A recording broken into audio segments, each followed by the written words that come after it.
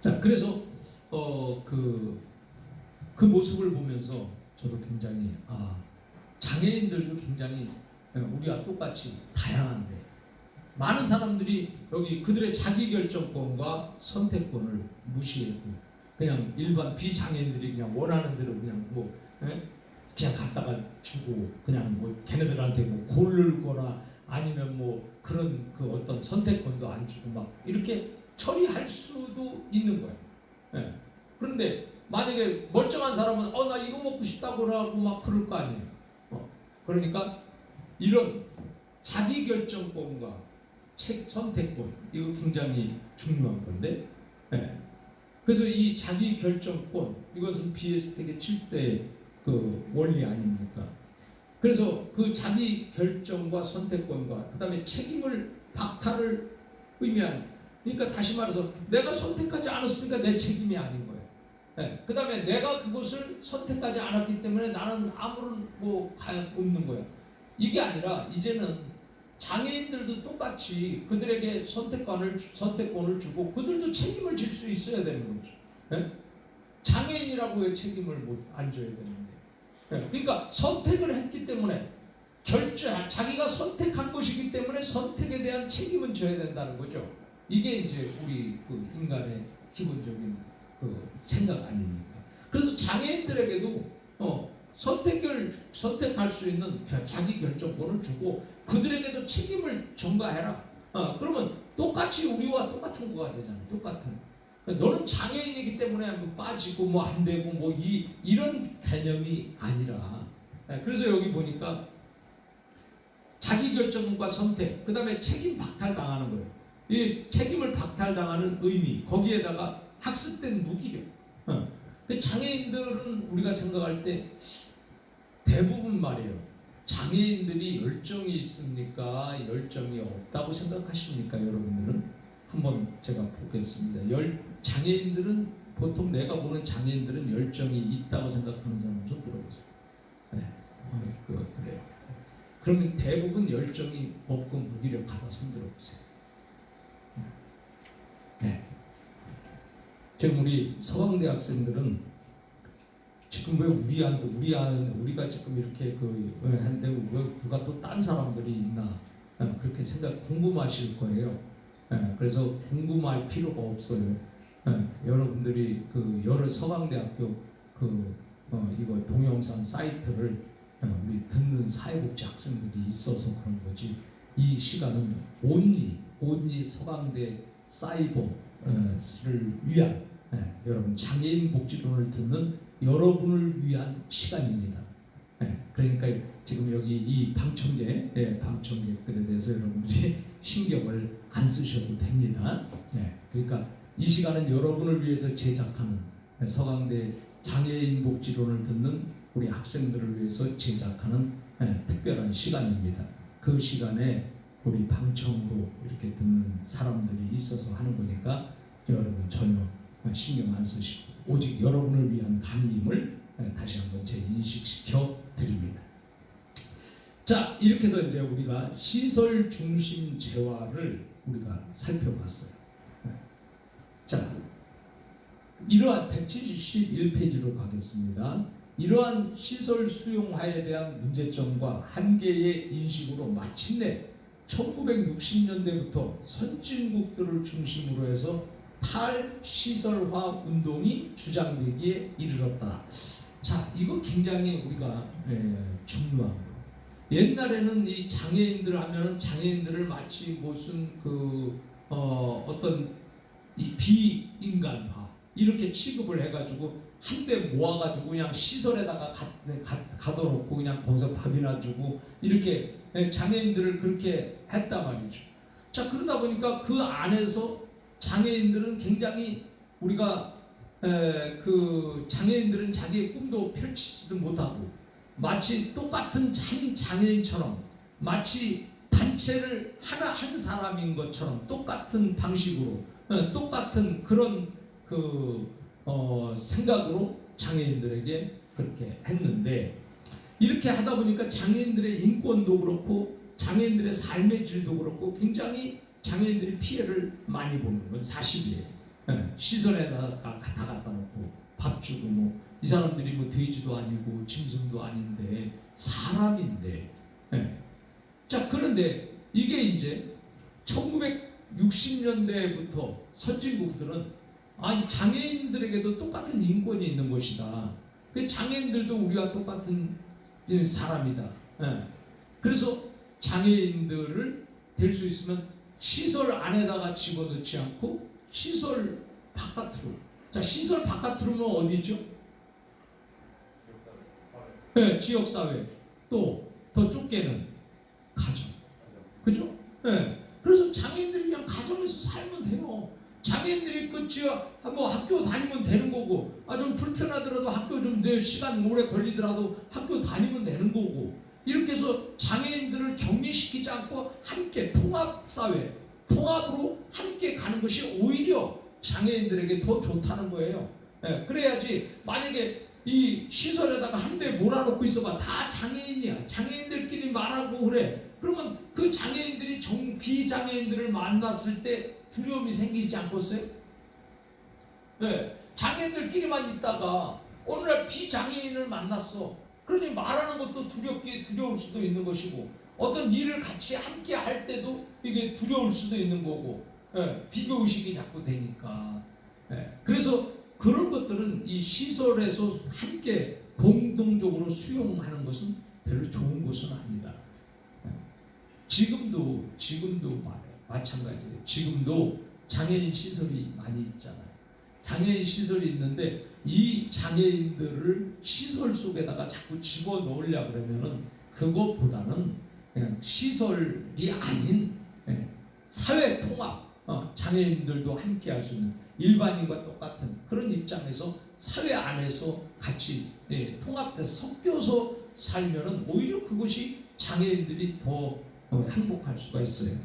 물론 장애인들끼리 그냥 있으면 어떻게 그냥 더 뭐 비교할 필요도 없고, 같은 장애인들이니까 거기서 뭐 그냥 뭐 잘난 척 할 것도 없고 막 이렇게 하는 것도 있겠지만은, 그러나 일반적인 이 행복 지수에 비해서 장애인들이 시설을 탈피하고 시설 속에 안 들어가고 그렇게 밖에서 그냥 일반인들과 똑같이 사는 것이, 그것을 더 선호할 수가 있다는 거예요. 근데 선호하는데 문제는 뭐냐면 사람들이 그렇게 생각을 안 하는 거지.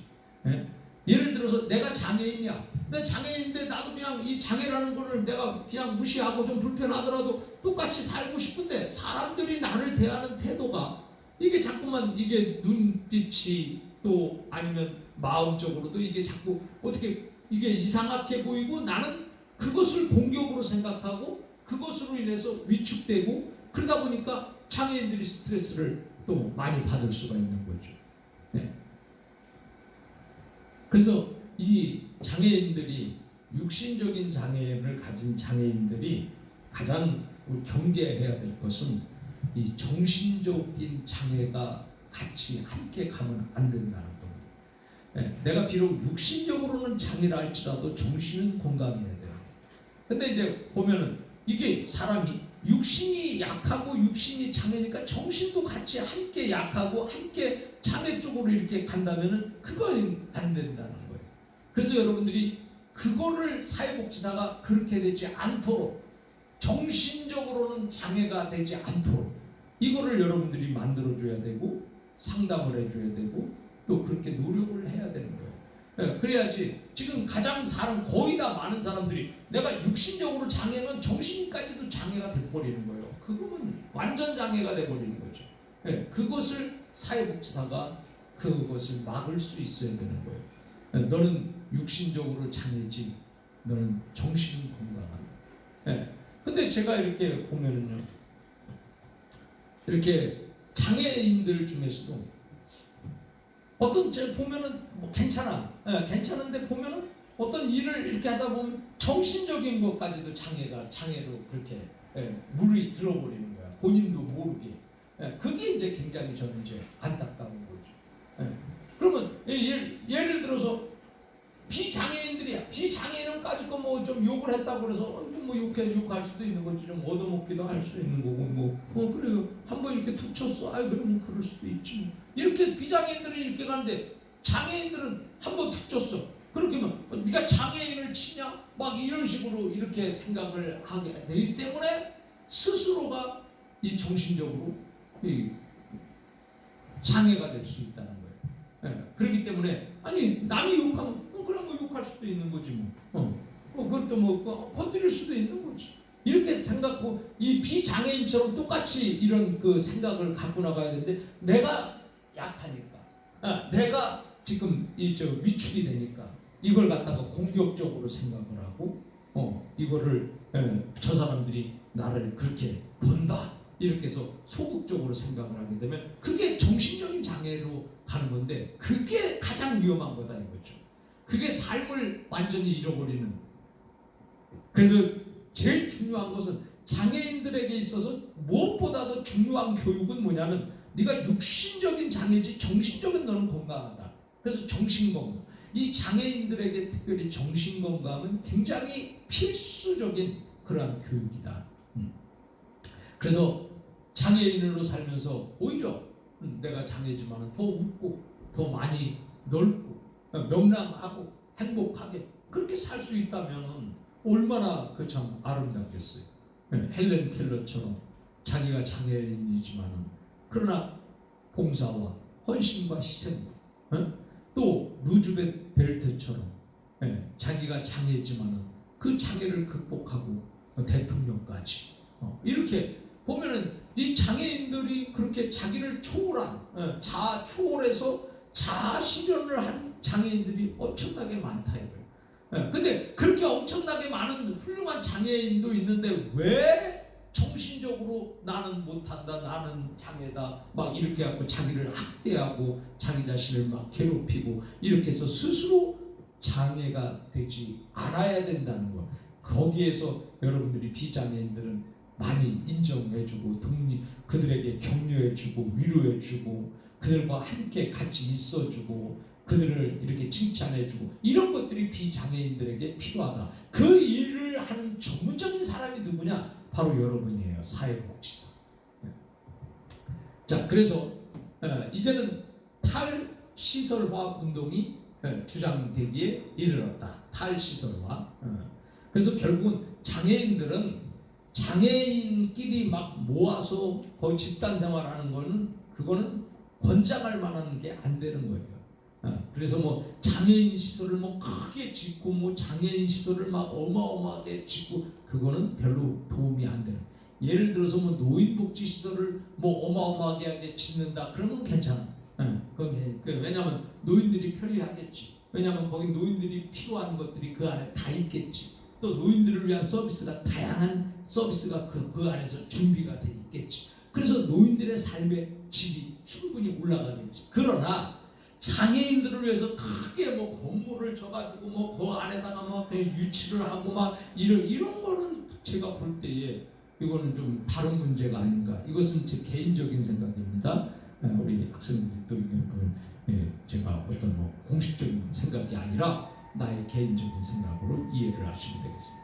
그래서 나는 장애 시설은 그렇게 막 크게 짓고 막 장애 시설을 뭐 많이 짓고 그것보다는 우리가 제일 중요한 것은 장애인에 대한 인식, 그리고 이 장애인과 비장애인이 함께 가득하는 이 동반자의 똑같은 사람으로서 차별 없는 그런 것이 우선이고 그게 더 중요하다고 제가 생각을 하게 되는 것입니다.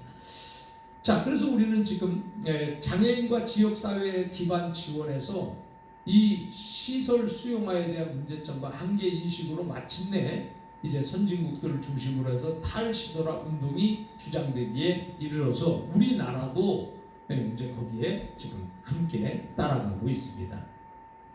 자, 또 동시에 정상화요. 그다음에 정상화 이념의 대두로 더욱 적극적이고 활발한 지역사회 중심 내지 지역사회 기반의 장애인 복지 서비스에 대한 논의가 시작이 됐다. 그래서 노멀리제이션, 이 정상화라는 것은 이처럼 적극적이고 활발한 지역사회 중심 그리고 지역사회 기반, 이런 장애인 복지 서비스에 대한 논의가 시작이 됐다는 거예요.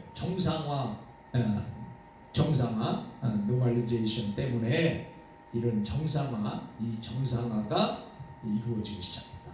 그러니까 장애인이라고 해서 항상 장애인으로 사는 것이 아니라 이 장애인도 내가 비록 손은 없어도 손 대신에 만약에 내가 입을 사용하고 발을 사용할 수 있었다.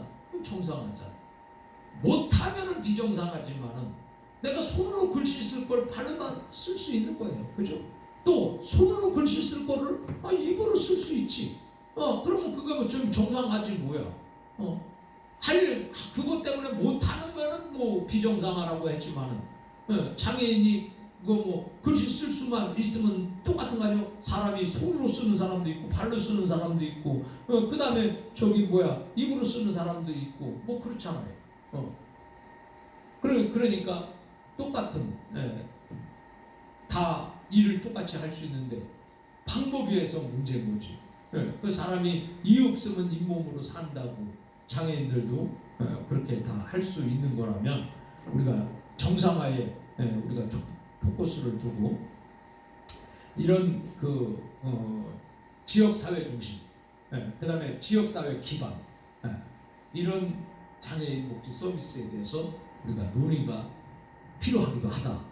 자, 지역사회 중심, 지역사회 기반, 이건 어떤 차이가 있습니까? 우리가 장애인들을 지역사회 중심으로 이렇게 가야 된다. 이거하고 지역사회 기반, 이거 중심으로 가야 된다. 자, 그러면 지역사회 기반이라는 중심이라고 하는 것은 그 지역사회를 중심이 되는 거고 그것을 위해서 한 거고, 지역사회 기반이라고 하는 것은 지역사회가 깔려있는 그 위에 무대에 있는 나다 이거예요. 이게 이제 기반이잖아요. 그래서 여러분들이 이 기반이라고 하는 것은 무대를 깔아놓은 그 위에 여러분을 세우는 거예요. 기반, 그러니까 어떤 기초 위에 아니면 뭐 위에 여러분을 더 튼튼하게 기반을 세워놓고 그 위에서 여러분이 할 수 있는 거예요. 그래서 우리는 그런 의미에서 지역사회 기반의 장애인 복지 서비스에 대해서 논의가 시작되었다. 그런 얘기입니다. 자, 지역사회 중심 재활이에요. 이번에. 그러면 지역사회 중심 재활에서는 아까는 우리가 시설 중심 재활을 봤어요. 자, 시설 중심 재활을 우리가 봤고 이번에는 두 번째로 지역사회 중심 재활이에요. 자, 그러면 장애인의 재활과 사회 통합을 목적으로 지역사회의 인적 및 물적 자원을 적극 활용할 것을 기본으로 한다. 그랬어요. 장애인의 재활, 이 장애인이 재활해야 되잖아요. 재활해야 되는 것이고, 그 다음에 사회 통합을 목적으로 지역사회 인적 및 물적 자원을 적극 활용해야지 되는 거잖아요. 그러니까 지역사회의 인적 자원, 인적 자원이 뭐예요? 장애인들을 위해서 지역사회에 그 장애인을 도울 수 있는 사람이잖아요. 사람. 이게 인적 자원이에요. 자, 그 다음에 물적 자원이야. 그럼 장애인이 뭐가 필요해? 필요하면은 물질로 충분히 이렇게 도와줄 수 있는 이게 물적 자원이잖아요. 자, 예를 들어서 지금 우리 지역에 휠체어를 만드는 공장이 있다.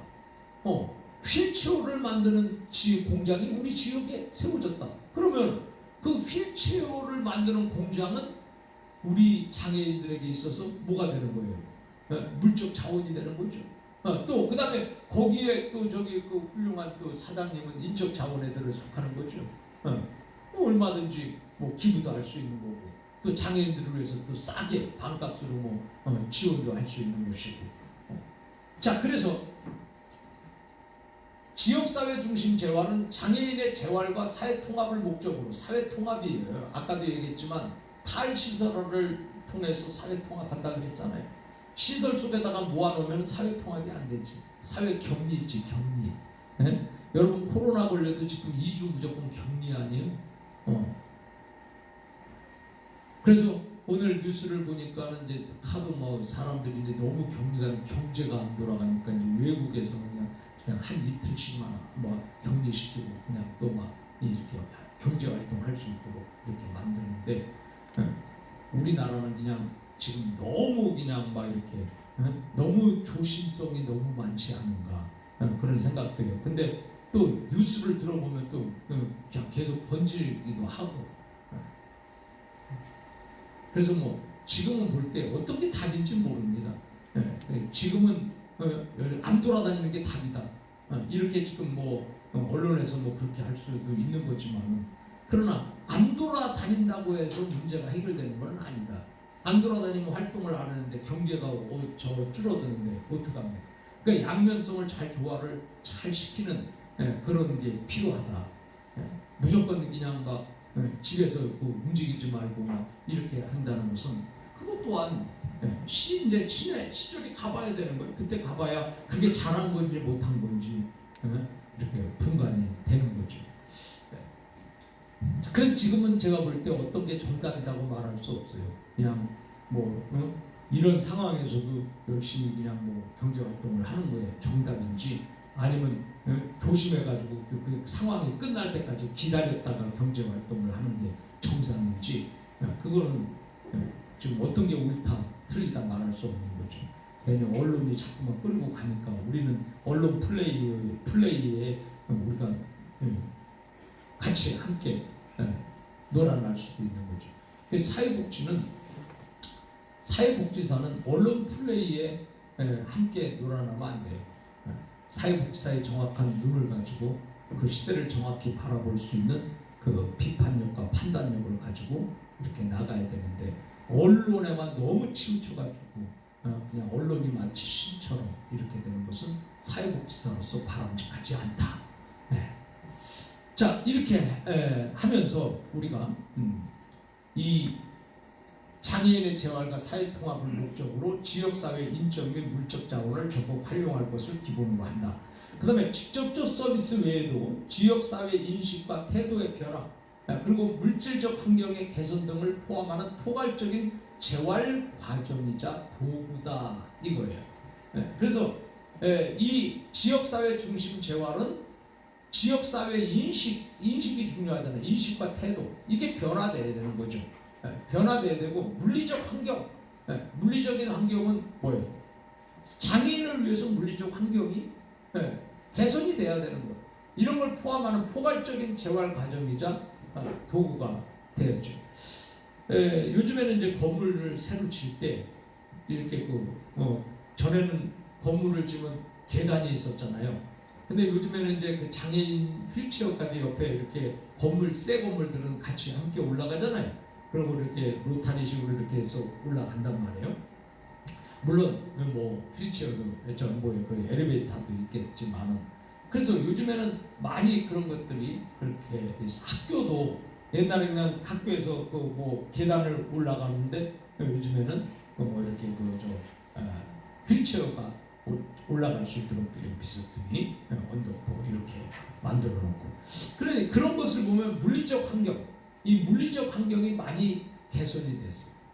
그리고 그 지하철을 타더라도 아니면 또 뭐 주차를 하더라도 이 장애인들이 이렇게 돼 있어요. 그래서 이제 우리가 이제 일반 사람들이 이제 그 장애인 하면은 잘 안 되잖아요, 그죠? 왜냐하면 또 우리가 그만큼 장애인에 대해서 배려해 주는 것이고, 또 장애인에 대해서도 또 우리 그만큼 생각을 해주는 거기 때문에. 근데 이제 만약에 이제 잠시 막 이렇게 오고 됐다는 불법이지. 불법인데 이제 그거 가지고 또 왜 장애인이 왜 내 자리에 갔다가 됐냐고, 자기 차도 없는데 막 그렇게 가고, 그런 것도 좀 자제는 돼야 되지 않겠냐.